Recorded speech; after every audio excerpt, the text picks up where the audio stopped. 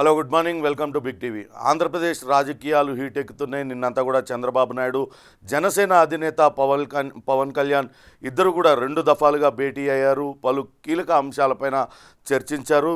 ఇరు పార్టీల మధ్య రేపు జరగబోయే ఎన్నికల్లో కలిసి పోటీ చేయాలనే నిర్ణయం ఇప్పటికే తీసుకున్నారు. ఆ సీట్లు ఏ రకంగా పంచుకోవాలనే దానిపైన చర్చ జరిగినట్లుగా సమాచారం. మరోపక్క ఈ రోజు నుంచి ఆంధ్రప్రదేశ్ అసెంబ్లీ సమావేశాలు ప్రారంభం కానున్నాయి. దానికి సంబంధించి ఇప్పటికే కొంతమంది వైసీపీ రెబల్ ఎమ్మెల్యేలకు స్పీకర్ నోటీసులు ఇచ్చారు. స్పీకర్ నోటీసులకు ఈ రోజుతో గడువు ముగియనుంది. ఇక తెలంగాణలో నిన్న కేబినెట్ సమావేశం అయ్యింది. రేవంత్ రెడ్డి తీవ్రస్థాయిలో గత ప్రభుత్వ హయాంలో జరిగిన అవినీతి అక్రమాలపైన విరుచుకుపడ్డారు. ప్రస్తుతం జరుగుతున్న జలదోపిడీ కావచ్చు, ఇతర అంతర్రాష్ట్ర వివాదాలన్నీ కూడా గత ప్రభుత్వం చేసిన పనుల వల్లేనంటూ అన్నారు. ఈరోజు ముఖ్యమైన వార్తల వివరాలు ఏంటనే చూద్దాం. ముందుగా ఆంధ్రప్రదేశ్ నుంచి మొదలు పెడదాం. ఆంధ్రప్రదేశ్లో ముఖ్యమైన వార్తగా మృత్యుగుంట అనే వార్తను ఇచ్చారు. ఆంధ్రప్రదేశ్లో రహదారులన్నీ కూడా ప్రయాణానికి అనుకూలంగా లేవు. అవన్నీ కూడా చాలా దారుణంగా పరిస్థితులు ఉన్నాయి. మౌలిక వసతుల కల్పనలో పూర్తిగా వైసీపీ సర్కార్ విఫలమైపోయిందనే వార్తనిచ్చారు. ప్రాణాలు తోడేస్తున్న గోతులు, ప్రమాద మరణాలు కావవి. జగన్ ప్రభుత్వం చేసిన హత్యలు, రహదారులకు కరువైన కనీస మరమ్మతులు అంటూ ఇచ్చారు వార్త. అనేక రోడ్డు ప్రమాదాలు జరుగుతున్నాయి. ఆ రహదారులన్నీ కూడా బాగోలేకపోవడం, గుంతలు పడిపోవడం, కొత్త రోడ్లు వేయకపోవడంతో ప్రజలందరూ కూడా వాహనదారులు తీవ్ర ఇబ్బందులు పడుతున్నారు. ప్రమాదాలకు గురై ప్రాణాలు కోల్పోతున్నారు. అటువంటి ప్రాణాలు కోల్పోయిన వాళ్ళందరూ కూడా అటు జగన్ చేసిన హత్యలుగానే ఇవన్నీ కూడా భావించాలంటూ ముఖ్యమైన వార్తగా వేశారు. రోడ్లు వేస్తే జీవన ప్రమాణాలు పెరుగుతాయా, రోడ్లు బాగా లేవని వైసీపీని వద్దనుకోవద్దంటూ మంత్రి ధర్మాన ప్రసాదరావు చేసిన వ్యాఖ్యలను కూడా ప్రచురించారు. ప్రభుత్వం అమలు చేస్తున్న ఏ ఒక్క పథకాన్ని నిలిపేసినా రాష్ట్రంలో రహదారులు వేయడం పెద్ద కష్టమేమీ కాదు. రాష్ట్ర వ్యాప్తంగా రోడ్లు వేయాలంటే 5-6 వేల కోట్లు సరిపోతాయి. ఆ డబ్బుల కోసం డ్వాక్రా మహిళలకు ఇచ్చే ఒక్క విడత లబ్ధిని ఆపితే చాలు. అంటే ఈ ప్రస్తుతం జగన్మోహన్ రెడ్డి చేస్తున్న ప్రజా సంక్షేమ కార్యక్రమాలు కావచ్చు, రకరకాల పథకాల పేరుతో పేదలకు ఇస్తున్న డబ్బులను ఏదైనా ఒక పథకం ఆపేస్తే వెంటనే ఆ రహదారులన్నింటినీ కూడా బాగు చేయొచ్చు అంటూ కొడాలి నాని చేసిన వ్యాఖ్యలను కూడా ముఖ్యంగా ప్రచురించారు. ఇక కదిరి అనంతపురం జిల్లా ఎమ్మెల్యే కూడా అటువంటి వ్యాఖ్యలు చేశారు. ఒక నెల సామాజిక పింఛన్లు ఇవ్వకపోతే వృద్ధులు ఒప్పుకుంటారా? ప్రతి నెల 1న 15 కోట్ల పింఛన్ సొమ్ము వస్తుంది.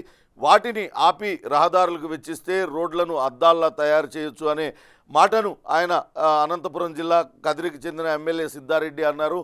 ప్రస్తుతం జగన్మోహన్ రెడ్డి పేదలకు రకరకాల పథకాల పేరుతో డబ్బులు ఇస్తూ ఉన్నారు. వాటిల్లో ఏ ఒక్క పథకాన్ని ఆపినా రహదారులన్నీ కూడా బాగు చేయొచ్చు. కానీ రహదారులు బాగు చేయడం కంటే వైసీపీ నేతలకు ప్రస్తుతం జగన్మోహన్ రెడ్డి అమలు చేస్తున్న సంక్షేమ పథకాలకు సంబంధించి అవి ఇవ్వడమే ముఖ్యంగా ఈ నాయకులందరూ కూడా చెప్తున్నారు. కానీ రహదారుల్లో ప్రయాణిస్తూ అనేక మంది మృత్యువాత పడుతున్నారు. ఖచ్చితంగా ఆ కుటుంబాలన్నీ కూడా కకావికలమవుతున్నాయి. అటువంటి కుటుంబాలకన్నీ కూడా అండగా నిలవాల్సింది జగన్మోహన్ రెడ్డి ఆ రోడ్డు ప్రమాదాల్లో మృతి చెందిన ప్రతి ఒక్కరు కూడా జగన్ చేసిన హత్యగానే దాన్ని భావించాలంటూ పెద్ద కథనాన్ని ఇచ్చారు. నిజంగానే ఆంధ్రప్రదేశ్లో రోడ్లన్నీ కూడా చాలా దారుణ పరిస్థితుల్లో ఉన్నాయి. వాటిని బాగు చేయాలనే డిమాండ్ ఎప్పటి నుంచో వినపడుతుంది.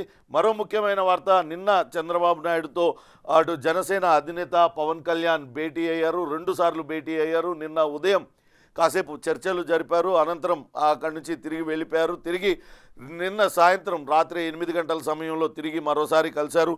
సీట్ల పంపకాలపైన ఇద్దరి మధ్య సుదీర్ఘమైన చర్చ జరిగింది. త్వరలోనే సీట్ల పంపకం ఒక కొలిక్కి వచ్చే అవకాశం అయితే కనపడుతుంది. ఉమ్మడి మేనిఫెస్టో విడుదల చేయడానికి, అట్లనే ఒకరోజు ఇద్దరు కలిసి పాదయాత్ర చేయడానికి నిన్న సూత్రప్రాయంగా అంగీకరించారు. సీట్ల సర్దుబాటు, అభ్యర్థుల ఎంపికపై చంద్రబాబు పవన్ చర్చలు, ఒకే రోజు 2 దఫాలుగా అగ్రనేతల భేటీ, ఈ నెల 8వ తారీఖున మరోసారి సమావేశం కానున్నారనే వార్తను కూడా ముఖ్యమైన వార్తగా అటు ఈనాడు పత్రిక ఇచ్చింది. ఇక జగన్ను దించేందుకు సిద్ధం అంటూ ఆ ఉద్యోగులందరూ కూడా నిరసన తెలుపుతున్నారు. విశాఖపట్నంలో నిన్న అటు సిపిఎస్ ఉద్యోగులందరూ కూడా నిరసన తెలియజేశారు. ప్రస్తుతం ఆంధ్రప్రదేశ్లో జగన్మోహన్ రెడ్డి రాబోయే ఎన్నికలకు సిద్ధమంటూ ఆయన సిద్ధం పేరుతో సభలు నిర్వహిస్తున్నారు. కానీ జగన్ను దించేందుకు ఉద్యోగులు తామందరం కూడా సిద్ధంగా ఉన్నామంటూ మరో వార్తను కూడా ప్రచురించారు. ఇక ఈ ఆంధ్రప్రదేశ్లో అటు జనసేన నిన్న మొన్నటి వరకు వైసీపీ మచిలీపట్నం ఎంపీగా ఉన్న వల్లభనేని బాలశౌరి ఆయన జనసేనలో నిన్న చేరారు. ఆయనకు సంబంధించిన మరో వార్తను కూడా ఇచ్చారు. మచిలీపట్నం ఎంపీగా జనసేన పార్టీ నుంచి బాలశౌరిని రంగంలో దించడానికి రంగం సిద్ధం చేస్తున్నారు. ఇప్పటికే అటు వైసీపీకి 2 పార్లమెంటు స్థానాలు 22 అసెంబ్లీ స్థానాలు ఇవ్వడానికి టీడీపీ అంగీకరించినట్లుగా వార్తలు వస్తున్నాయి. కానీ అటు జనసేన పవన్ కళ్యాణ్ మాత్రం 27 పైగా అసెంబ్లీ స్థానాలతో పాటు పార్లమెంటు స్థానాలు కూడా కొన్ని ఇవ్వాలంటూ కోరుతున్నట్లుగా సమాచారం. ఇంకా ఆ చర్చలు కొనసాగుతున్నాయి. త్వరలోనే దానిపైన ఒక స్పష్టత వచ్చే అవకాశం అయితే కనపడుతుంది. ఇంకా ఆంధ్రజ్యోతి విషయానికి వస్తే ఆంధ్రజ్యోతి ముఖ్యంగా మాటలు చెప్పండి మాయలు చేయండి అనే ముఖ్యమైన వార్తగా ఇచ్చారు. ఇప్పుడు ప్రస్తుతం ఎన్నికలు సిద్ధమవుతున్న తరుణంలో ఇప్పటిదాకా ఈ 5 ఏళ్లలో జగన్మోహన్ రెడ్డి ఏమి అభివృద్ధి పనులు చేశారు, ఏమేం చేశారు అవన్నీ చెప్పొద్దు, మళ్ళీ వస్తే ఏం చేయబోతాడనే వాటిని చెప్తూ వెళ్ళాలంటూ అటు వాలంటీర్లకు దిశానిర్దేశం చేశారు. వాలంటీర్లందరూ కూడా గ్రామ స్థాయిలో ఇప్పటికే జగన్మోహన్ రెడ్డి ప్రభుత్వం అమలు చేస్తున్న సంక్షేమ పథకాలన్నింటినీ కూడా నేరుగా లబ్ధిదారులకి ఇళ్లకు తీసుకెళ్లి అందిస్తూ ఉన్నారు. అటు ప్రజలకు అటు ప్రభుత్వానికి మధ్య వారధులుగా వాలంటీర్లు ఉన్నారు. ప్రభుత్వం అమలు చేస్తున్న పథకాల గురించి అటు విస్తృతంగా ప్రచారం చేస్తూ ఉన్నారు. కాబట్టి ఈ ఎన్నికల్లో జగన్మోహన్ రెడ్డి వాలంటీర్లనే మరోసారి వినియోగించుకోవాలని భావిస్తున్నారు. ఈ నేపథ్యంలోనే గడిచిన 5 ఏళ్లలో జగన్మోహన్ రెడ్డి ప్రభుత్వం ఏర్పాటైనప్పటి నుంచి ఇప్పటిదాకా ఏమేం చేశారు అని చెప్పడం కంటే మరోసారి అధికారంలోకి తిరిగి వస్తే ఎటువంటి అద్భుతాలు సృష్టించబోతున్నారో వాటిని వివరంగా ప్రజలకు వివరించండి అంటూ వాలంటీర్లను వినియోగించుకుంటున్నారు. వాలంటీర్లందరినీ కూడా ప్రభుత్వ ఉద్యోగులంటూ చెప్తూ వచ్చారు. కానీ వాళ్ళని పూర్తి స్థాయిలో వైసీపీ కార్యకర్తల్లా వాళ్ళను వాడుకుంటున్నారు. జగన్మోహన్ రెడ్డి వైసీపీ ప్రభుత్వానికి అనుకూలంగా ప్రచారం చేసే విధంగా వాళ్ళందరికీ కూడా ట్రైనింగ్ ఇచ్చారు. వాళ్ళకి వేతనాల పెంపు ఇతర ఆశలు చూపించి వాళ్ళని పూర్తి స్థాయి వైసీపీ కార్యకర్తలుగా మార్చేశారనే వార్తనిచ్చారు. జగన్ చెప్పాడు మళ్ళా గెలిపిస్తే చంద్రుడి వద్దకు తీసుకెళ్తాం, కావాలంటే అక్కడ 4వ రాజధానిని కట్టిస్తామంటూ వాలంటీర్లు అటు ప్రజలను మభ్యపెడుతున్నట్లుగా ఒక కార్టూన్ కూడా వేశారు. ఇప్పటికే 3 రాజధానుల పేరిట అక్కడ విధ్వంసం జరిగింది. ఏ రాజధాని కూడా ఏ ఒక్క ప్రాంతం కూడా అభివృద్ధి చెందలేదు. కేవలం అమరావతిని ధ్వంసం చేయడం కోసమే జగన్మోహన్ రెడ్డి 3 రాజధానుల అంశాన్ని ముందుకు తెచ్చారంటూ అటు టీడీపీ నేతలు జనసేన నేతలు తీవ్రస్థాయిలో విమర్శిస్తూ ఉన్నారు. ఈ నేపథ్యంలోనే ఇక్కడ వీళ్ళు ఆంధ్రజ్యోతి కూడా అదే వార్తనిచ్చింది. రేవులు పరిశ్రమలతో రాష్ట్ర ఆదాయం పెంచేస్తారట, ఇంటింటికి వెళ్ళి చెప్పాలని వాలంటీర్లకు స్పెషల్ క్లాసులు, రంగంలోకి దిగిన ఎఫ్ఓఏలు, ఎక్కడికక్కడ మీటింగ్లు. ఇక పూర్తి స్థాయి వైసీపీ కార్యకర్తలుగా వాలంటీర్లు జగన్ మిమ్మల్ని నమ్ముకున్నారని వేడుకోళ్ళు. ఈ 2 నెలలు యాక్టివ్గా ఉండాలని ఆదేశం, లేకుంటే తొలగింపు తగ్గదని హెచ్చరికలు జారీ చేస్తున్నారు. వేతనం పారితోషికం పేరుతో వాలంటీర్లపైన వల వేస్తున్నారనే వార్తనిచ్చారు. ఇప్పటికే అటు ప్రతిపక్ష పార్టీలన్నీ కూడా విమర్శిస్తున్నాయి. జగన్మోహన్ రెడ్డి అటు వాలంటీర్లను వైసీపీ కార్యకర్తల కన్నా ఘోరంగా వాడుతున్నారు, వాళ్ళని అందరినీ కూడా పార్టీ కార్యకర్తలుగా మార్చివేశారని. ఇప్పుడు ఈ ఎలక్షన్లకు కూడా జగన్మోహన్ రెడ్డి రాబోయే రోజుల్లో అధికారం చేపడితే ఎటువంటి అద్భుతాలు జరగబోతాయో చూడాలి, ప్రజలకు చెప్పాలంటూ వాళ్ళనే తిరిగి మరోసారి వినియోగించుకుంటున్నారనే వార్తను కూడా ముఖ్యంగా ఇచ్చారు. ఇక నిన్న అటు చంద్రబాబు నాయుడు అటు పవన్ కళ్యాణ్ భేటీకి సంబంధించిన వార్తను కూడా ముఖ్యమైన వార్తగా ప్రచురించారు. నిన్న ఆదివారం మధ్యాహ్నం ఇద్దరు భేటీ అయ్యారు. మధ్యలో అటు పవన్ కళ్యాణ్ అత్యవసర పని ఉండడంతో ఆయన బయటకు వెళ్ళారు. పార్టీలో చేరికల కార్యక్రమం ఉండడంతో ఆ చేరికలు అయిన తర్వాత తిరిగి మళ్ళా నిన్న రాత్రి 8 గంటల ప్రాంతంలో మళ్ళా భేటీ అయ్యారు. అక్కడ పవన్ బాబు ఇద్దరు కూడా విస్తృత మంతనాలు చేపట్టారు. 32 సీట్లు కోరిన జనసేనాని 20 చోట్ల ఏకాభిప్రాయం కుదిరింది. మరో 5 ఇచ్చే ఛాన్స్, 27 అడుగుతున్న పవన్ అనే వార్తనిచ్చారు. మధ్యాహ్నం రాత్రి 2 దఫాలుగా చర్చించారు. జనసేన సీట్లపై వస్తున్న స్పష్టత, ఉమ్మడి అటు గోదావరి జిల్లాలు, ఉభయ గోదావరి జిల్లాలలో ఎక్కువ సీట్లు అడుగుతున్నారు. అట్లనే విశాఖపట్నం, ఉమ్మడి విశాఖలో ఎక్కువ సీట్లు అడుగుతున్నారు. విజయవాడ వెస్ట్తో పాటు తెనాలి, దర్శి కూడా అడుగుతున్నట్లుగా ఉంది. అక్కడ ఆలపాటి రాజేంద్ర ప్రసాద్ తెనాలి సీటు పైన ఎప్పటి నుంచో ఆశలు పెట్టుకొని ఉన్నారు. టీడీపీలో ఆయన బలమైన నేత, వివాదరహితుడు, అవినీతి మరకలేని నాయకుడు. ఆయన కూడా ఎప్పటి నుంచో ఆ టికెట్ ఆశిస్తూ ఉన్నారు. అక్కడ తెనాలి కనుక వైసీపీకి దక్కితే అక్కడి నుంచి నాదెండ్ల మనోహర్ పోటీకి దిగే అవకాశం అయితే కనపడుతుంది. విజయావకాశాలే ప్రాతిపదికగా సీట్లపై కీలక నిర్ణయం తీసుకొని ఉన్నారు. గోదావరి, విశాఖ జిల్లాలో ఎక్కువ సీట్లు కోరుతున్న జనసేన 8వ తారీఖున మళ్ళీ భేటీ కానున్నారు. 14వ తారీఖున పాలకొల్లులో ఉమ్మడి సభ, అదే రోజు ఉమ్మడి మేనిఫెస్టో కూడా అటు ప్రకటించే అవకాశం ఉంది. కుదిరితే అభ్యర్థుల వెల్లడి కూడా ఇద్దరూ కలిసి ఒకే రోజు పాదయాత్ర కూడా చేయనున్నారనే వార్తను ముఖ్యంగా ఇచ్చారు. జనసేన పవన్ కళ్యాణ్ టీడీపీ కలిసి పోటీ చేయాలని ఎప్పుడోనే నిర్ణయించారు. కానీ టీడీపీ నేతల్లో కొంతవరకు అభద్రతా భావం నెలకొనుంది. ప్రస్తుతానికి రాబోయే రోజుల్లో ఖచ్చితంగా టీడీపీ అధికారం చేపడుతుంది అని భావిస్తున్న నేపథ్యంలో ఇప్పుడు జనసేనతో పొత్తుతో ఎవరి సీట్లు గల్లంతవుతాయి అనే చర్చ టీడీపీ నేతల్లో అంతర్గతంగా జరుగుతుంది. చూడాలి ఏ సీట్లను చంద్రబాబు నాయుడు జగన్మోహన్ రెడ్డికి అటు వైసీపీ జనసేనకు కేటాయిస్తారు ఏంటి అనేది కూడా చూడాలి. చెల్లికే గౌరవం ఇవ్వని జగన్ అర్జునుడా, షర్మిలను నీచంగా తిడుతుంటే అన్నగా జగన్ ప్రోత్సహిస్తున్నాడు అంటూ పవన్ కళ్యాణ్ నిన్న అటు జగన్మోహన్ రెడ్డి పైన తీవ్రస్థాయిలో విరుచుకుపడ్డారు. షర్మిలను సొంత చెల్లికి గౌరవం ఇయ్యని జగన్మోహన్ రెడ్డి మన ఆడపడుచులకు గౌరవం ఇస్తాడా అంటూ కూడా ఆయన తీవ్రస్థాయిలో విమర్శించారు. ఎన్నికలు బరిలోకి వస్తున్నాం, మాటలు కత్తుల్లా ఉంటాయి, కాసుకోండి, నేను పవర్ స్టార్ కాదు, ప్రజా కూలీ, దుర్మార్గ పాలన అంతమే లక్ష్యం అంటూ పవన్ కళ్యాణ్ వ్యాఖ్యలు చేశారు. నిన్న వైసీపీ ఎంపీ బాలశౌరి పార్టీలో చేరిన సందర్భంగా ఆయన ఈ తీవ్రస్థాయిలో వ్యాఖ్యలు చేశాడు. గత కొద్ది రోజులుగా అటు షర్మిల తీవ్రస్థాయిలో జగన్మోహన్ రెడ్డి పైన వ్యాఖ్యలు చేస్తూ ఉంది, విమర్శలు చేస్తూ ఉంది.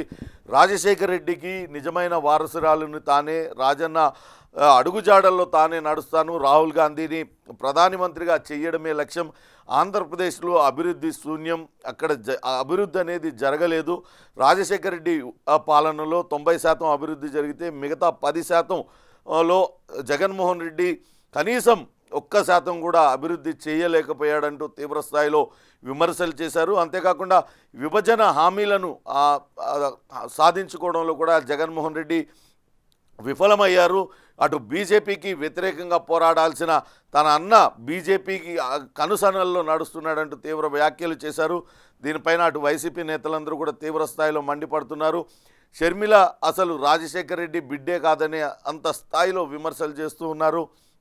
ఆమె పుట్టుకనే అవమానిస్తూ మాట్లాడారు. దీనిపైన అటు తీవ్రస్థాయిలో విమర్శలు వెల్లువెత్తుతున్నాయి. నిజంగానే సొంత చెల్లిపైన అటు వైసీపీ నేతలు ఈ రకమైన వ్యాఖ్యలు చేస్తున్నా ఎందుకు జగన్మోహన్ రెడ్డి స్పందించడం లేదు, అలా విమర్శలు చేస్తున్న నాయకులకు సంయమనం పాటించాలని ఎందుకు చెప్పడం లేదనే ప్రశ్న అందరి నుంచి కూడా ఉత్పన్నమవుతుంది. ప్రస్తుతం నిన్న పవన్ కళ్యాణ్ అదే రకమైన వ్యాఖ్యలు చేశారు. సొంత చెల్లెనే ఈ రకంగా వైసీపీ నేతలు కిరాయి మూకలు అన్నీ కూడా ఈ రకంగా ఇష్టం వచ్చినట్టుగా కూస్తున్నా జగన్మోహన్ రెడ్డి మాట్లాడడం లేదు, సొంత చెల్లెని కాపాడుకోలేనుడు రాష్ట్రంలో ఆడపడుచుల్ని కాపాడుతాడా అంటూ తీవ్రస్థాయిలో ఆయన విమర్శించారు.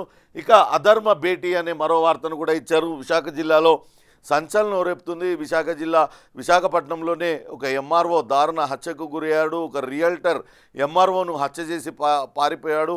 ఆ ఎంఆర్ఓను ఎందుకు హత్య చేయాల్సి వచ్చింది, ఆ ఎంఆర్ఓకి ఆ రియల్టర్కు ఏంటి పరిచయం, ప్రస్తుతం దానిపైనైతే పోలీసులు విచారణ జరుపుతూ ఉన్నారు. వాళ్ళిద్దరి మధ్య అనేక ఆర్థికపరమైన లావాదేవీలు ఉన్నాయి.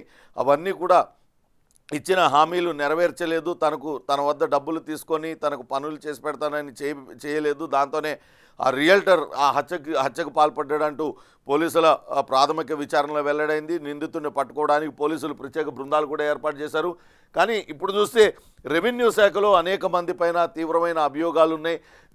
17 మంది రెవెన్యూ అధికారులపైన తీవ్ర కేసులు. ఈరోజు రెవెన్యూ శాఖ మంత్రి ధర్మాన ప్రసాదరావు దానిపైన విచారణ చేయనున్నారు. తీవ్ర అభియోగాలు ఎదుర్కొంటున్న అధికారుల కేసులపై ప్రత్యేక శ్రద్ధ, ఎన్నికల ముందు శరవేగంగా ప్రక్రియ. 2వ తారీఖునే నోటీసులు ఇచ్చారు. ఈరోజు 5వ తారీఖు విచారణ చేయనున్నారు. రెవెన్యూ వర్గాల్లో అనుమానాలు వ్యక్తం అవుతున్నాయి. తహసీల్దార్ హత్యపై తీవ్ర స్పందనేది, సీరియస్ కేసుల నుంచి విముక్తి కోసమేనా అనే వార్తనిచ్చారు. విజయనగరం బొండపల్లి తహసీల్దార్ ఆయన రమణయ్య హత్యతో రెవెన్యూ యంత్రాంగం అట్టుడిగిపోతుంది. సహచరుడు ఆ హత్యోదాంతాన్ని ఇంకా వాళ్ళందరూ కూడా జీర్ణించుకోలేని పరిస్థితి. ఇప్పుడు చూస్తే ఆ రెవెన్యూ అధికారులపైన నమోదైన కేసులపైన ప్రభుత్వం విచారణ చేపట్టబోతుంది. దీనిపైన అటు రెవెన్యూ శాఖలో తీవ్ర ఆందోళన వ్యక్తం అవుతుంది అనే వార్తను కూడా ఇచ్చారు. మరో ముఖ్యమైన వార్త, ఆంధ్రజ్యోతి రోజు కూడా ఒక అవినీతి ఎమ్మెల్యే, అధికార పార్టీకి సంబంధించిన ఎమ్మెల్యే గురించి వార్తలు రాస్తూ వచ్చింది. ఈరోజు నెల్లూరు జిల్లాకు చెందిన ఒక ఎమ్మెల్యేకి సంబంధించి వార్తనిచ్చారు. మాటలతో దాడి మూటల దోపిడీ అనే వార్తనిచ్చారు. అవినీతి కుమార్ అంటూ ఇచ్చారు. రాజకీయాల్లో ఆస్తులు అమ్ముకున్నట్లుగా బిల్డప్ ఇచ్చారు. తెర వెనకాల చేసేవన్నీ కూడా నీచపు పనులే. తెల్లరాయి కోసం నెల్లూరును గుల్లగుల్ల చేశారు. తాడేపల్లికి ప్రతి నెల 15 కోట్ల కప్పం కడుతున్నారు. 3 నెలల్లో 450 కోట్లు అక్రమార్జన చేశాడు. అవినీతిలో అన్నతో తమ్ముడు పోటీ పడుతున్నాడు. వెంచర్ పక్కనే 6 ఎకరాల కాలువను అటు కబ్జా చేశారనే వార్తను కూడా ముఖ్యమైన వార్తగా ఇచ్చారు. ఆయన నెల్లూరు జిల్లాకు చెందిన ఎమ్మెల్యే, రెండోసారిగా ఎమ్మెల్యే గెలిచారు. నడతా హావభావాలన్నీ కూడా స్టైల్గా ఉంటాయి, మాట తీరు మాత్రం గప్పుగా ఉంటుందంటూ ఆయన ఇచ్చారు. బహుశా ఇది నెల్లూరు ఎమ్మెల్యే అనిల్ కుమార్ యాదవ్ గురించే అయి ఉండే అవకాశం ఉంటుంది. మొత్తం మీద మధురలో మరొకటి జాతీయ స్థాయి వార్త. మధురలో ఆ మసీదు గుడిని కూల్చి కట్టాల్సిందే. కృష్ణుడి ఆలయాన్ని పడగొట్టి ఔరంగజేబ్ షాహీ ఈద్గా మసీదు కట్టించాడు. ఆర్టీఐ ప్రశ్నకు పురావస్తు శాఖ సమాధానం 1920 నాటి బ్రిటిష్ గెజెట్ ఆధారంగా మధురలో మసీదు గుడిని కూల్చి కట్టింది అనే మాటను కూడా ఇచ్చారు. ఇక జనంలోకి వెళ్లాల్సిందే, హ్యాట్రిక్ అంటూ ఏమరపాటు వద్దు, రాజకీయ విశ్లేషణలను నమ్మొద్దు, కేంద్ర మంత్రులకు మోడీ హెచ్చరిక జారీ చేశారు. మన విజయాలను మనమే ప్రచారం చేసుకోవాలి, ప్రజలను ఓటేసేందుకు తీసుకురావాలి, మిత్రులను కూడగట్టుకోవాలంటూ ఆయన నిన్న అటు బీజేపీ నేతలకు దిశానిర్దేశం చేశారు. ఈసారి కూడా తిరిగి మరోమారు అధికారం కేంద్రంలో పూర్తిస్థాయి మెజారిటీతో అధికారం చేపడతామన్న నమ్మకం బీజేపీ నేతల్లో ఉంది. ఇటు తెలంగాణ పైన కూడా ప్రత్యేక దృష్టి పెట్టారు. ఖచ్చితంగా 10 ఎంపీ స్థానాలలో గెలవడానికి ఇక్కడ వ్యూహాలు కూడా రచిస్తున్నారు. ఈ నేపథ్యంలోనే హ్యాట్రిక్ అంటూ ఎవరు కూడా ఎమరపాటుతో ఉండొద్దు, రాజకీయ విశ్లేషణలను నమ్మొద్దు అంటూ కేంద్ర మంత్రులకు మోడీ హెచ్చరిక జారీ చేశారు. ఇప్పటికే 2 సార్లు వరుస విజయాలు సాధించాం. ఈ 2 టర్మ్లో గడిచిన 10 ఏళ్లలో మనం ఎటువంటి అభివృద్ధి పనులు చేశాం, ఏమేం చేసాం అనే విజయాలన్నింటినీ కూడా ప్రచారం చేయాలి. ఓటింగ్ శాతాన్ని పెంచాలి, ప్రజలను ఓటేసేందుకు తీసుకురావాలి, మిత్రపక్షాలన్నింటినీ కూడా కూడగట్టుకొని ముందుకు వెళ్ళాలి. ఇలా చేయకనే 2004లో దెబ్బతిన్నామంటూ ఆయన నేతలకు మోడీ, అమిత్ షా ఇద్దరు కూడా దిశానిర్దేశం చేశారనే మరో వార్తను కూడా ఆంధ్రజ్యోతి ప్రచురించింది. ఇక సాక్షి విషయానికి వస్తే సిబిఐ విచారణలో కాకానికి క్లీన్ చిట్ అనేది ఇచ్చింది. నెల్లూరు జిల్లాకు సంబంధించిన కాకాని గోవర్ధన్ రెడ్డి, ఆయన ప్రస్తుతం జగన్మోహన్ రెడ్డి సర్కార్లో మంత్రిగా ఉన్నారు. ఆయన పైన తీవ్రమైన అభియోగాలు ఉన్నాయి. గతంలో ఆయన పైన నమోదైన కేసుకు సంబంధించి కోర్టులో ఉన్న డాక్యుమెంట్స్ అన్నింటినీ కూడా గల్లంతయ్యాయి. వాటిని కాకానే దొంగిలించాడనే ఆరోపణలు ప్రతిపక్షాలన్నీ కూడా చేశాయి. గతంలో దీనిపైన పెద్ద ఎత్తున అక్కడ రచ్చ ఆంధ్రప్రదేశ్లో రచ్చ జరిగింది. న్యాయస్థానంలోనే చోరీకి పాల్పడిన మంత్రి కాకాని గోవర్ధన్ రెడ్డి అంటూ తీవ్రమైన వ్యాఖ్యలు చేశారు. దీనిపైన సిబిఐ దర్యాప్తు చేసింది. సిబిఐ విచారణలో కాకానికి క్లీన్ చిట్ ఇచ్చినట్లుగా సాక్షి పత్రిక ప్రచురించింది. నెల్లూరు న్యాయస్థానంలో జరిగిన చోరీతో ఆయనకు సంబంధం లేదు. గతంలో ఈ వ్యవహారంలో ఎవరినైతే పోలీసులు అరెస్ట్ చేశారో వాళ్ళిద్దరే అసలైన నిందితులు. మాజీ మంత్రి టీడీపీ నేత సోమిరెడ్డి చేసిన ఆరోపణలన్నీ కూడా అవాస్తవాలంటూ సిబిఐ అటు కోర్టులో ఛార్జ్షీట్ దాఖలు చేసింది. సిబిఐ ఆయనకు క్లీన్ చిట్ ఇచ్చింది కాకాని గోవర్ధన్ రెడ్డికి అనే వార్తను ముఖ్యమైన వార్తగా ఇచ్చారు. మరో ముఖ్యమైన వార్త, వైద్య విద్యలో నవశకం అంటూ ఇచ్చారు. ప్రభుత్వ వైద్య విద్య రంగంలో సీఎం జగన్ సంచలన నిర్ణయం తీసుకున్నారు. 8,480 కోట్లతో రాష్ట్రంలో 17 కొత్త వైద్య కళాశాలలు నిర్మిస్తున్నారు. ఇప్పటికే 5 కళాశాలల్లో తరగతులు ప్రారంభమయ్యాయి. వచ్చే విద్యా సంవత్సరంలో మరో 5 మొదలవుతాయి. 2025-26లో మిగిలిన 7 కాలేజీలను కూడా అందుబాటులోకి తెచ్చేస్తాం. ఆధునిక వసతులతో నూతన మెడికల్ కళాశాలలు ఏర్పాటు చేస్తున్నాం. కొత్తగా ఈ కొత్త కాలేజీలు నిర్మించడం వల్ల దాదాపుగా 2,550 ఎంబీబీఎస్ సీట్లు అందుబాటులోకి వస్తాయి. విద్యార్థులకు, ఆంధ్రప్రదేశ్కి చెందిన విద్యార్థులకు వైద్య విద్యా అవకాశాలు మెరుగవుతాయి. ప్రజలకు కూడా సూపర్ స్పెషాలిటీ ఆసుపత్రుల చికిత్స అందజేసే అవకాశం ఉంటుంది. వైద్యులు కూడా అందుబాటులో ఉంటారనే వార్తను ముఖ్యమైన వార్తగా ఇచ్చారు. ఇక నేటి నుంచి ఆంధ్రప్రదేశ్ అసెంబ్లీ కొలువు తీరనుంది. ఈరోజు ఉదయం అటు ఇరు సభలను ఉద్దేశించి, అంటే మండలి కూడా ఈరోజే ప్రారంభమవుతుంది. అటు శాసనసభ, శాసన మండలి రెండింటినీ ఉద్దేశించి గవర్నర్ నజీర్ ప్రసంగిస్తారు. ఉదయం 10 గంటలకు గవర్నర్ ప్రసంగం ఉంటుంది. అనంతరం బీఎస్సీ సమావేశం జరుగుతుంది. ఆ తర్వాత 7న ఓట్ ఆన్ అకౌంట్ బడ్జెట్ ప్రవేశపెడతారనే వార్తను కూడా ఇచ్చారు. ఈరోజు మరి కాసేపట్లోనే ఆంధ్రప్రదేశ్ అసెంబ్లీ కొలువు తీరనుంది. దానికి సంబంధించిన వార్తను కూడా ఇచ్చారు. ఇక 2002 ఎకరాలలో బల్క్ డ్రగ్ పార్క్ ఏర్పాటు నక్కపల్లి వద్ద 1235 కోట్లతో ఏర్పాటు చేయనుంది. ఈపీసీ విధానంలో నిర్మాణానికి బిడ్లు ఆహ్వానించింది ఏపీఐఏసీ. ఈ పార్క్ ద్వారా దాదాపుగా 14,340 కోట్లు పెట్టుబడులు వస్తాయని అంచనా వేస్తున్నారు. కొత్తగా 100కు పైగా ఫార్మా యూనిట్లతో 27,360 మందికి ప్రత్యక్ష ఉపాధి. ఇప్పటికే రాష్ట్రంలో 300కు పైగా ఫార్మా యూనిట్లు ఉన్నాయంటూ అటు మరో వార్తను సాక్షి ఇచ్చింది. అనకాపల్లి జిల్లా నక్కపల్లిలో కొత్తగా బల్క్ డ్రగ్ పార్క్ ఏర్పాటుకు రంగం సిద్ధం అవుతుంది. ఇప్పటికే ప్రతిపక్షాలు మాత్రం అనేక కంపెనీలన్నీ కూడా తరలి వెళ్ళిపోతున్నాయి. అక్కడ ఆంధ్రప్రదేశ్లో పెట్టుబడులు పెట్టడానికి ఎవరు కూడా ముందుకు రావడం లేదంటూ పదే పదే చెప్తూ వస్తున్నాయి. కానీ దానికి భిన్నంగా Jaganmohan Reddy bulk drug park ఏర్పాటుకు అక్కడ 2002 ఎకరాలలో ఏర్పాటు చేస్తాము, నక్కపల్లి వద్ద 1232 కోట్లతో ఇప్పటికే ఏపీఐఏసీ బిడ్లను కూడా ఆహ్వానించింది. ఒకవేళ అక్కడ అన్నీ అనుకున్నట్లుగా జరిగితే దాదాపుగా 27,000 మంది 27,360 మందికి ప్రత్యక్షంగా ఉపాధి దొరుకుతుంది అంటూ కూడా వార్తనిచ్చారు. ఇప్పటికే బల్క్ డ్రగ్ పార్కును ఈపీసీ విధానంలో నిర్మించడానికి టెండర్లు పిలిచాము, అభివృద్ధి చేసే విధంగా ఆసక్తి గల సంస్థల నుంచి బిడ్లను ఆహ్వానించింది. 2001.8 ఎకరాలలో 139.07 ఎకరాలలో ఉన్న చెరువులకు ఎటువంటి ఇబ్బంది లేకుండా ఈ పార్కును అభివృద్ధి చేయనున్నారు. అభివృద్ధి చేసిన పార్కులో దాదాపుగా 1,009 ఎకరాల్లో ఫార్మా పరిశ్రమలు, 595 ఎకరాల్లో ఏపీఐడిఐఎస్ సింథసిస్ పార్కును ఏర్పాటు చేయడం, 414 ఎకరాల్లో పెర్మిటేషన్స్, 150 ఎకరాల్లో ఇతర వాణిజ్య అవసరాలకు ఉపయోగించే విధంగా ఈ పార్కును అభివృద్ధి చేయడానికి జగన్మోహన్ రెడ్డి సర్కార్ నిర్ణయం తీసుకుందనే వార్తనిచ్చారు. ఇక తన సభలకు జనం రాకపోవడంతో జనసేనతో కలిసి సభల నిర్వహణకు అటు చంద్రబాబు నాయుడు సిద్ధమవుతున్నారనే వార్తను కూడా ఇచ్చింది. పరువు కోసం ఉమ్మడి సభలు అని. వాస్తవానికి నిన్న చంద్రబాబు నాయుడు అటు పవన్ కళ్యాణ్ ఇద్దరు కూడా భేటీ అయ్యారు. భవిష్యత్ కార్యాచరణ పైన చర్చించారు. పొత్తుల అంశం తెరపైకి వచ్చింది. పొత్తులపైన కూడా సుదీర్ఘంగా చర్చించారు. ఇద్దరు కూడా గతంలో కూడా ముందుగానే చెప్పారు, ఉమ్మడిగా సభలు నిర్వహిస్తాం, ఉమ్మడి మేనిఫెస్టోను విడుదల చేస్తాం, ఇవన్నీ కూడా చెప్పారు. దానికి సంబంధించి వార్త ఇచ్చారు. తన సభలకు జనం రాకపోవడంతో జనసేనతో కలిసి సభల నిర్వహణకు చంద్రబాబు ప్లాన్. 2 దఫాలు చంద్రబాబు పవన్ చర్చలు జరిపారు. సుదీర్ఘంగా చర్చించిన సీట్లపై తేలకుండా సందిగ్ధత ఏర్పడింది. బీజేపీ నుంచి స్పష్టత వచ్చే వరకు వేచి చూడాలని నిర్ణయం తీసుకున్నారనే వార్తనిచ్చారు. వాస్తవానికి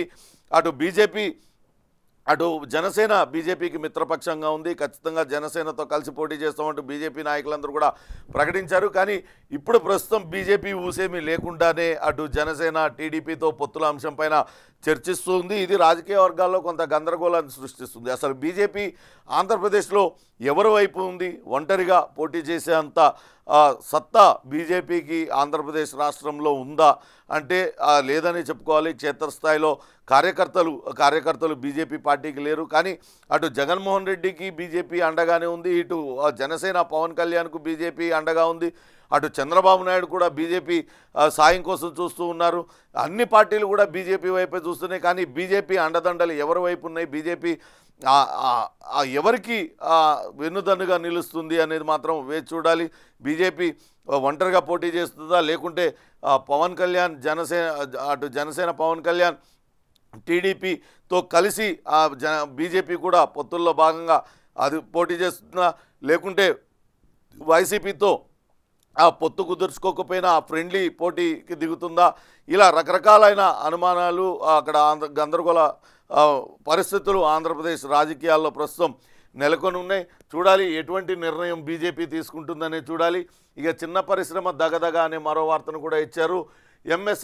ఎంఎస్ఎంఈలు ఏర్పాటుకు రాష్ట్ర ప్రభుత్వం సంపూర్ణ సహకారం, సింగిల్ విండో ద్వారా అనుమతులు, ప్రోత్సాహకర రాయితీలు ఇస్తుంది. సత్వరమే స్పందిస్తున్న అధికార యంత్రాంగం ప్రతి జిల్లాలోనూ ఉద్భవిస్తున్న పారిశ్రామికవేత్తలు వందలాది మందికి ఉపాధి కల్పించే దిశగా ప్రయాణం చేస్తుంది అంటూ మరో వార్తనిచ్చింది. అందరికీ చిన్న కార్మికులకు అందరికీ కూడా కార్మికుల్ని అటు పారిశ్రామికవేత్తలుగా మార్చే ప్రయత్నం ఆంధ్రప్రదేశ్ సర్కార్ చేస్తూ ఉందనే వార్తనిచ్చారు. కర్షకుడుగు నుంచి కర్మాగార స్థాపన వరకు పొదలకూరులో బయోమాస్ బ్రికెట్స్ పరిశ్రమ ఏర్పాటు చేసుకున్నారని ఒక వ్యక్తి ఇచ్చారు. ఆ డెంటిస్ట్ కళ అలా సాకారమైంది.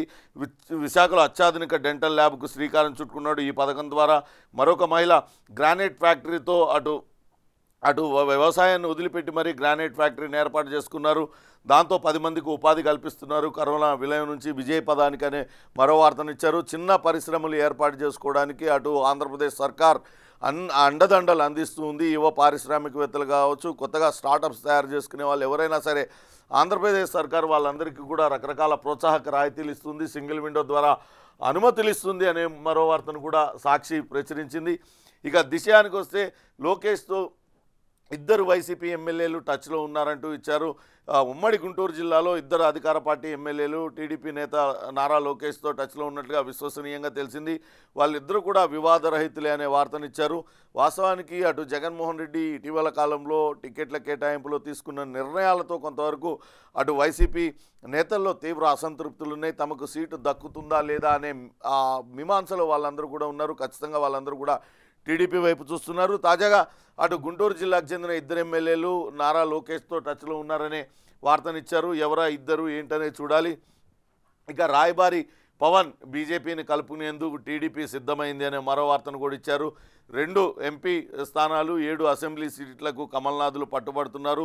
1+3 ఇవ్వడానికైతే చంద్రబాబు నాయుడు సిద్ధంగా ఉన్నారు అనే వార్తనిచ్చింది. ఇప్పటికే కాషాయ పార్టీ నేతలతో జనసేనాని చర్చించారనే వార్తను కూడా ఇచ్చింది. అయితే ఒకవేళ ఇదే నిజమైతే ఖచ్చితంగా బీజేపీకి అటు అసెంబ్లీ స్థానాలు 7 అసెంబ్లీ స్థానాల కోసం బీజేపీ పట్టుబడుతుంది. 2 పార్లమెంటు స్థానాలు ఇవ్వాల్సిందేనంటూ చెప్తూ వస్తుంది. కానీ చంద్రబాబు నాయుడు అందుకు ససమిరా అన్నారు. కేవలం 1 పార్లమెంటు స్థానంతో పాటు 3 అసెంబ్లీ స్థానాలు ఇస్తామంటూ చెప్పారు. దానికి సంబంధించిన వార్త ఇచ్చారు. పొత్తుల తర్వాతే మేనిఫెస్టో విడుదల చేయాలనే నిర్ణయించుకుందనేది చెప్తూ ఉన్నారు. బీజేపీతో కలిసే ఎన్నికలకు వెళ్లాలని టీడీపీ సముఖంగా ఉందనే వార్తనిచ్చారు. టీడీపీ అధినేత చంద్రబాబు జనసేనాని ఇద్దరి మధ్య నిన్న జరిగిన 2 దఫాలుగా జరిగిన భేటీలో వాళ్ళు సూత్రప్రాయంగా ఇందుకు నిర్ణయించారు. అటు మొత్తం మీద బీజేపీ నుంచి ఒక క్లారిటీ వచ్చిన తర్వాతే తుది ప్రకటన చేయాలనే ఆలోచనలో వీళ్ళిద్దరు కూడా ఉన్నట్లుగా తెలుస్తుంది. ఇక నిరసనలు నిలదీతలు అంటూ ఉషశ్రీ చరణ్ను అనంతపురంలో నిలదీశారు. వైసీపీ నేతలకు ముచ్చెమటలు పట్టించారు. ఒకే రోజు ముగ్గురికి చేదు అనుభవం ఎదురైంది అంటూ చెప్పారు. తాజాగా వరుసగా నిలదీస్తున్నారు. ఎటువంటి మాకు అభివృద్ధి జరగలేదంటూ నిలదీస్తున్నారు. ఉషశ్రీ చరణ్ మంత్రి ఉషశ్రీ చరణ్తో పాటు ఎమ్మెల్యే అనంత వెంకటరామరెడ్డి, రాప్తాడు ఎమ్మెల్యే తోపుదుర్తి ప్రకాష్ రెడ్డిలను ప్రజలు ఎక్కడికక్కడ నిలదీశారు. వాళ్ళు అడిగే ప్రశ్నలకు వాళ్ళందరూ కూడా జవాబులు చెప్పలేకపోయారంటూ వాళ్ళు మరో వార్తనిచ్చారు. ఇక మైలవరం ఎమ్మెల్యే వసంతకు పార్టీ వైసీపీ జలెక్కిచ్చింది. అక్కడ తిరుపతయ్యను మైలవరం ఇన్ఛార్జిగా నియమిస్తూ వైసీపీ నిర్ణయం తీసుకుంది. దాంతో వసంత కృష్ణప్రసాద్ తీవ్ర అసంతృప్తికి గురయ్యారు. తీవ్ర ఆగ్రహం వ్యక్తం చేస్తున్నారు. ఆయన ఎమ్మెల్యేగా ఎన్నికైనప్పటి నుంచి కూడా ఎప్పుడు కూడా వివాదాలు జరుగుతూనే ఉన్నాయి. ఆయన నియోజకవర్గంలో పక్క నియోజకవర్గ నేతలు పదే పదే జోక్యం చేసుకోవడం పైన ఆయన అభ్యంతరం వ్యక్తం చేస్తూనే ఉన్నారు. మైలవరం ఎమ్మెల్యే వసంత కృష్ణప్రసాద్ తండ్రి ఆయన కూడా వసంత నాగేశ్వరరావు సుదీర్ఘకాలం రాజకీయాల్లో ఉన్నారు. గతంలో ఉమ్మడి ఆంధ్రప్రదేశ్లో హోంమంత్రిగా కూడా కొంతకాలం వసంత నాగేశ్వరరావు చేశారు. వీళ్ళు ముక్కుసూటి మనుషులుగా వీళ్ళకి పేరుంది. ఆ ముక్కుసూటితనమే ప్రస్తుతం మైలవరం ఎమ్మెల్యే కృష్ణప్రసాద్కు కొంత ఇబ్బందికర పరిస్థితులుగా తలెత్తినట్టుగా తెలుస్తుంది. సిద్ధం సభకు హాజరు కాకపోవడంపై వైసీపీ సీరియస్ అయింది. సొసైటీల చైర్మన్లు సభ్యులను తప్పిస్తూ ఆదేశాలు ఇచ్చింది. అక్కడ తిరుపతయ్యను నియోజకవర్గ సమన్వయకర్తగా నియమించింది. అయితే వసంత కృష్ణప్రసాద్ ఇప్పటికే టీడీపీ వైపు చూస్తున్నారు. ఖచ్చితంగా టీడీపీ పార్టీలో జాయిన్ అవుతారు అంటూ వార్తలు వస్తున్నాయి. ఇక కాంగ్రెస్కు షర్మిలతో దహన సంస్కారాలు, వైసీపీలో అసమ్మతి సహజమే అంటూ మంత్రి వైసీపీలో నెంబర్ 2 మంత్రిగా కొనసాగుతున్న సీనియర్ మంత్రి పెద్దిరెడ్డి రామచంద్రారెడ్డి చేసిన వ్యాఖ్యలను కూడా ముఖ్యంగా ప్రచురించారు. నిజంగా కూడా వైసీపీ నేతలందరూ కూడా జగన్మోహన్ రెడ్డి సోదరి షర్మిల పైన తీవ్రమైన వ్యాఖ్యలు చేస్తూ ఉన్నారు. ఇప్పుడు పెద్దిరెడ్డి అంత సీనియర్ నేత, ఆయన దశాబ్దాలుగా ఆయన గడిచిన 5 దశాబ్దాలుగా యాక్టివ్ పాలిటిక్స్లో ఉన్నారు. ఆయన కుమారుడు ఎంపీగా ఉన్నారు. అనేక మంది రాజకీయ నేతలను చూసిన నేతగా ఆయనకు మంచి రాజకీయ అనుభవం ఉంది. కానీ ఆయన చూస్తే కాంగ్రెస్కు షర్మిలతో దహన సంస్కారాలు అనే ఒక విమర్శ చేయడం అనేది కొంతవరకు ఇబ్బందికరంగానే ఉంది. అటువంటి వ్యాఖ్యలు అటువంటి సీనియర్ నాయకులు చేయకుండా ఉంటే బాగుంటుంది అనే చర్చ అయితే రాజకీయ వర్గాల్లో జరుగుతున్నాయి. ఇప్పటికే అటు సోషల్ మీడియాలో వైసీపీ కార్యకర్తలు, జగన్మోహన్ రెడ్డి అభిమానులు రకరకాల వ్యాఖ్యానాలు చేస్తున్నారు. మహిళలని కూడా చూడకుండా అసభ్య పదజాలం వాడుతున్నారు. దానిపైన అటు షర్మిల ఇప్పటి వరకు స్పందించకపోయినప్పటికీ ఇంత జరుగుతున్నా తన అన్న ఎందుకు అడ్డుకోవడం లేదనే బాధ ఆమెలో కనపడుతుంది. ఇటీవల అటు సునీత వైఎస్ వివేకానంద రెడ్డి కుమార్తె అయితే నేరుగానే ఓపెన్ అయ్యారు. అన్న ఇంత జరుగుతున్నా ఎందుకు అడ్డుకోవడం లేదన్నా అంటూ ఆమె జగన్మోహన్ రెడ్డిని నిలదీసిన పరిస్థితిని చూసాం. చాలా దారుణాతి దారుణంగా వాళ్ళందరూ కూడా వ్యాఖ్యలు చేస్తున్న పరిస్థితి అయితే ఉంది. ఇక చంద్రబాబు నాయుడు పవన్ కళ్యాణ్ భేటీకి సంబంధించి మరో ముఖ్యమైన వార్తగా ఇచ్చారు. ఎస్కాట్ లేకుండానే ఆయనే స్వయంగా కారు నడుపుకుంటూ వెళ్ళారు. నిన్న జనసేనాని పవన్ కళ్యాణ్ తాడేపల్లిలోని చంద్రబాబు నాయుడు నివాసానికి ఆయన వెళ్ళారు. అక్కడ వాళ్ళిద్దరూ కూడా 2 సార్లు భేటీ అయ్యారు. ఆ భేటీలో ఇంకా పొత్తుల అంశం ఇంకా తెగలేదు. ప్రస్తుతానికి 22 సీట్ల పైన ఒక క్లారిటీ వచ్చింది. ఇరుపక్షాల మధ్య క్లారిటీ వచ్చింది. మరికొన్ని సీట్ల పైన కూడా ప్రతిష్టంభన కొనసాగుతుంది. మరోపక్క బీజేపీతో కూడా కలిసి వెళ్ళాలంటే బీజేపీకి ఏ సీట్లు కేటాయించాలి, అలానే అక్కడ సీట్లు కోల్పోయే టీడీపీ నేతలను ఏ విధంగా సముదాయించాలి, వాళ్ళందరినీ ఎట్లా అకామిడేట్ చేయాలి, వీటిలన్నిటిపైన కూడా ఇంకా తీవ్ర స్థాయిలో మల్లగుల్లాలు పడుతున్న పరిస్థితి అయితే ఉంది. ఇది ఆంధ్రప్రదేశ్ రాజకీయాల విషయం, ఆంధ్రప్రదేశ్లో రాజకీయాల సంగతి.